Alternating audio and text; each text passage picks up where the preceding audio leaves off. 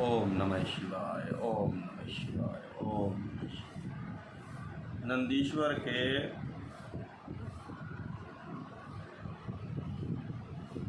नंदीकेश्वर कहते हैं, मुनि, वन में जाकर मैंने एकांत स्थान में अपना आसन लगाया और उत्तम बुद्धि का आश्रय ले मैं उग्र तप में प्रवृत्त हुआ, जो बड़े बड़े मुनियों के लिए भी दुष्कर था। उस समय मैं नदी के पावन उत्तर तट पर सुदृढ़ रूप से ध्यान लगाकर बैठ गया और एकाग्रत और तथा समाहित मन से अपने हृदय कमल के मध्य भाग में 3 नेत्र, 10 भुजा और 5 मुख वाले शांति स्वरूप देवाधिदेव सदाशिव का ध्यान करके रुद्र मंत्र का जप करने लगा। तब उस जप में मुझे तलीन देखकर चंद्राधर भूषण परमेश्वर महादेव प्रसन्न हो गए और उमा सहित बाप पधार कर प्रेम पूर्वक बोले।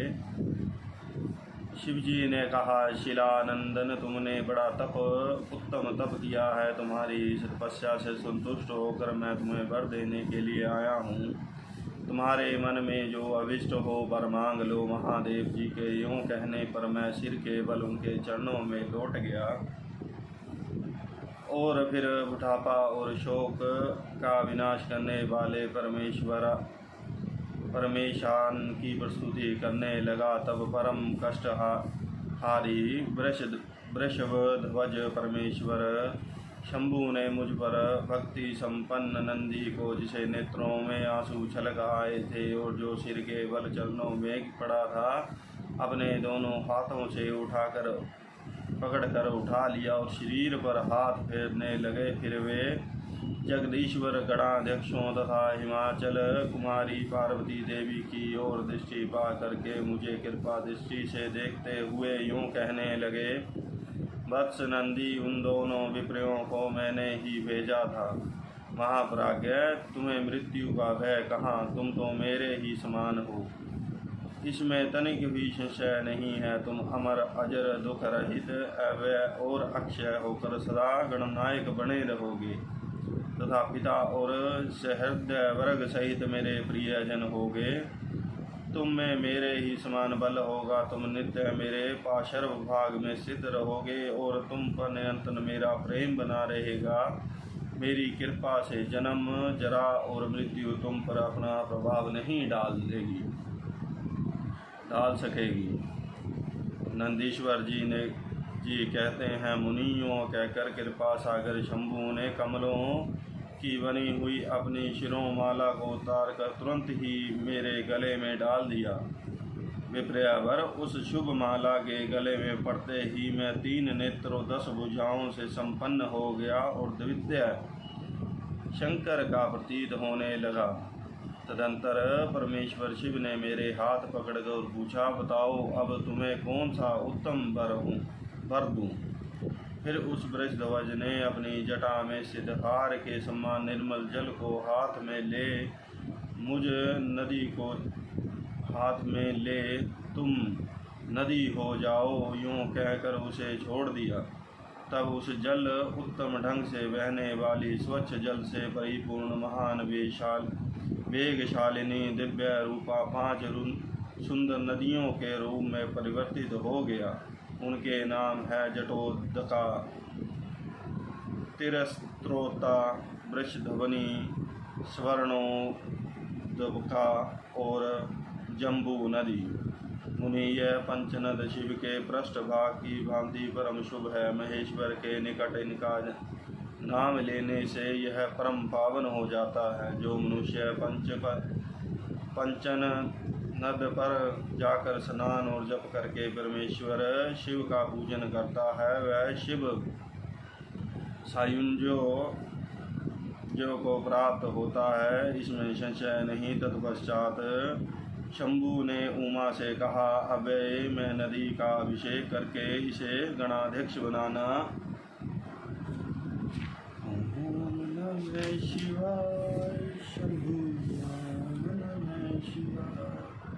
चाहता हूँ। इस विषय में तुम्हारी क्या राय है। तब उमा बोली, देवेश, आप नंदी को गणाध्यक्ष पद प्राप्त कर सकते हैं, क्योंकि परमेश्वर यह शिलाद नंदन मेरे लिए पुत्र सरीखा हैं। इसलिए नाथ, यह मुझे बहुत ही प्यारा है। तदंतर भक्त वत्सल्य भगवान शंकर ने अपने अतुल बलशाली गणों को बुलाकर उनसे कहा, शिव जी बोले, गणनायकों, तुम सब लोग मेरी एक आज्ञा का पालन करो। यह मेरा प्रिय पुत्र नंदीश्वर सभी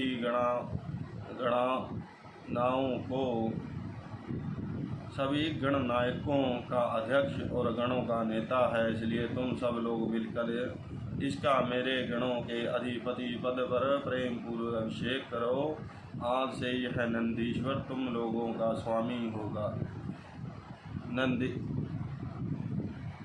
नंदीश्वर जी कहते हैं, मुनि, शंकर जी के इस कथन पर सभी गणनायकों ने एवमस्तु कहकर उसे स्वीकार किया और वे सामग्री जुटाने में लग गए। फिर सब देवताओं और मुनियों ने मिलकर मेरा अभिषेक किया।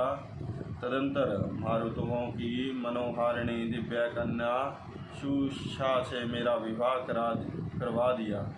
उस समय मुझे बहुत सी दिव्य स्तुति मिली। महामुनि, इस प्रकार विवाह करके मैंने अपने उस पत्नी के साथ शंभु, शिवा, ब्रह्मा और श्री हरि के चरणों में प्रणाम किया।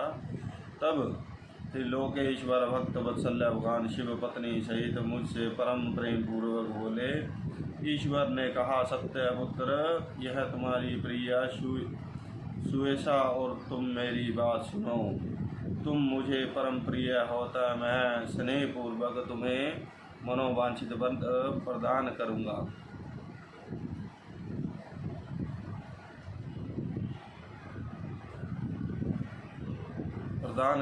गणेश्वर, नंदीश्वर, देवी पार्वती सहित मैं तुम पर सदा संतुष्ट हूँ, इसलिए वत्स तुम मेरा उत्तम वचन श्रवण करो। तुम मेरे अटूट प्रेमी, विशिष्ट, परम ऐश्वर्य संपन्न, महायोगी, महाधनुर्धारी, अजय, सबको जीतने वाले महाबली और सदा पूज्य होगे। जहाँ मैं रहूँगा वहाँ तुम्हारी स्थिति होगी और जहाँ तुम रहोगे वहाँ मैं उपस्थित रहूँगा। यदि दशा तुम्हारे पिता और पितामह की भी होगी, पुत्र, तुम्हारे ये महाबली पिता परमेश्वरशाली मेरे भक्त और गणाध्यक्ष होंगे।